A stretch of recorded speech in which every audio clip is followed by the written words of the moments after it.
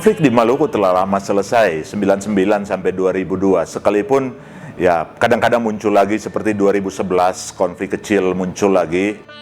Dan kadang-kadang insiden-insiden kecil, tapi perlahan-lahan dari waktu ke waktu semakin hilang ya. Tapi itu tidak berarti bahwa ketegangan, rasa saling percaya, trauma telah habis bersamaan dengan tidak adanya konflik fisik. Ya, keliru kalau kita menganggap demikian. Karena kami mendeteksi sekalipun situasi saat ini terlihat sangat peaceful, sangat damai, orang berinteraksi di ruang-ruang publik dengan begitu baik, tetapi jauh di bawah itu, di bawah lapisan sosial, kerapuhan masyarakat itu butuh waktu yang sangat panjang untuk diperbaiki, dipulihkan kembali. Terutama menyangkut trauma dan rasa percaya lintas komunitas. Satu warisan konflik yang sangat tragis adalah terbelahnya masyarakat berdasarkan garis agama. Ini bukan hal baru, ya, fenomena segregasi bukan hal baru di Maluku.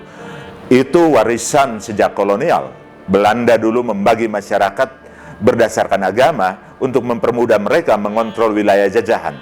Jadi bukan sebuah realitas yang baru, tetapi konflik menjustifikasi, melegalkan itu, mengeraskan itu untuk secara total tersegregasi. Tidak saja secara geografis, tetapi juga secara mental. Ya, kita bisa mendeteksi dari ungkapan-ungkapan sehari bagaimana orang membelah dirinya dalam konsep in group, out group. Saya Muslim, kamu Kristen, dan sebagainya, dan sebagainya. Ini berarti bahwa rasa percaya, interaksi yang natural belum terbangun sebagaimana ideal yang kita harapkan. Trauma merupakan salah satu hal yang harus kami tangani untuk jangka waktu yang sangat panjang. Sebab di dalam wilayah yang tersegregasi, cerita yang diturun alihkan kepada generasi-generasi sampai saat ini adalah narasi-narasi kalah dan menang. Kita dulu menyerang di sini, kita dulu diserang di sini, kita korban di sini, kita membunuh di sini, kita membantai di sini. Karena itu ketika muncul konflik-konflik baru, anak-anak kecil yang tidak terkena imbas langsung pada konflik 99 maju sebagai petarung pada garis depan. Saya menanyakan ke mereka, kenapa kalian maju, kenapa kalian terlibat dalam konflik 2011? Pada tahun 99 kalian tidak ada di situ. Apa jawab mereka? Ini merupakan kesempatan kita untuk bisa membalas, kesempatan kita untuk bisa membela entah kekristenan atau Muslim. Ya, apa artinya ini? Ada cerita-cerita dan narasi-narasi kalah menang yang diturun alihkan di dalam wilayah-wilayah yang tersegregasi. Ini harus diputus. Trauma-trauma sosial, trauma-trauma kolektif ini harus dijembatani. Kalau tidak, kita mewariskan terus-menerus kisah-kisah kalah menang ini menjadi sebuah luka historis, luka sosial yang dibawa pada generasi-generasi kemudian di setelah kita. Kita berhutang sebenarnya pada generasi yang akan datang melalui cerita-cerita yang diturun alihkan. Nah, kami mencoba untuk melakukan banyak hal, antara lain misalnya menjembatani segregasi-segregasi fisik ini melalui banyak program.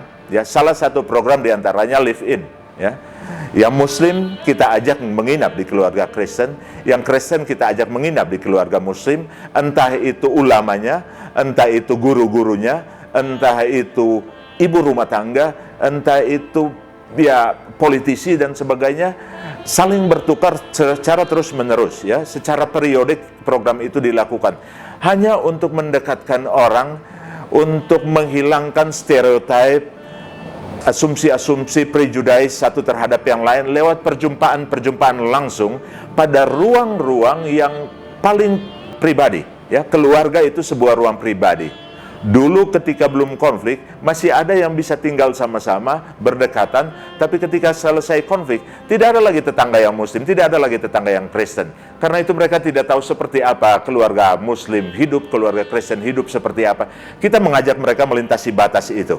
Tinggal sama-sama, beraktivitas sama-sama di situ, membangun dan menginternalisasi nilai-nilai kebersamaan lewat perjumpaan-perjumpaan langsung, bukan sebagai orang beragama semata-mata, tetapi sebagai manusia, sebagai ibu-ibu yang sama-sama peduli terhadap anak-anaknya, sebagai bapak-bapak yang sama-sama peduli terhadap masa depan keluarganya. Mereka bercakap-cakap sebagai manusia biasa di situ, dan mereka membangun apresiasi satu terhadap yang lain, dan kemudian mereka menemukan bagaimana nilai-nilai agama yang berbeda berbicara bersama-sama tentang tanggung jawab bersama yang sangat mendasar untuk membangun kehidupan. Mulai misalnya dari keluarga, membangun tanggung jawab untuk anak-anak dan sebagainya. Itu cara kami untuk mencoba menjembatani ruang-ruang yang tersegregasi dan barangkali tidak lagi bisa disatukan segregasi wilayah, tapi setidaknya segregasi pada mental harus diputuskan.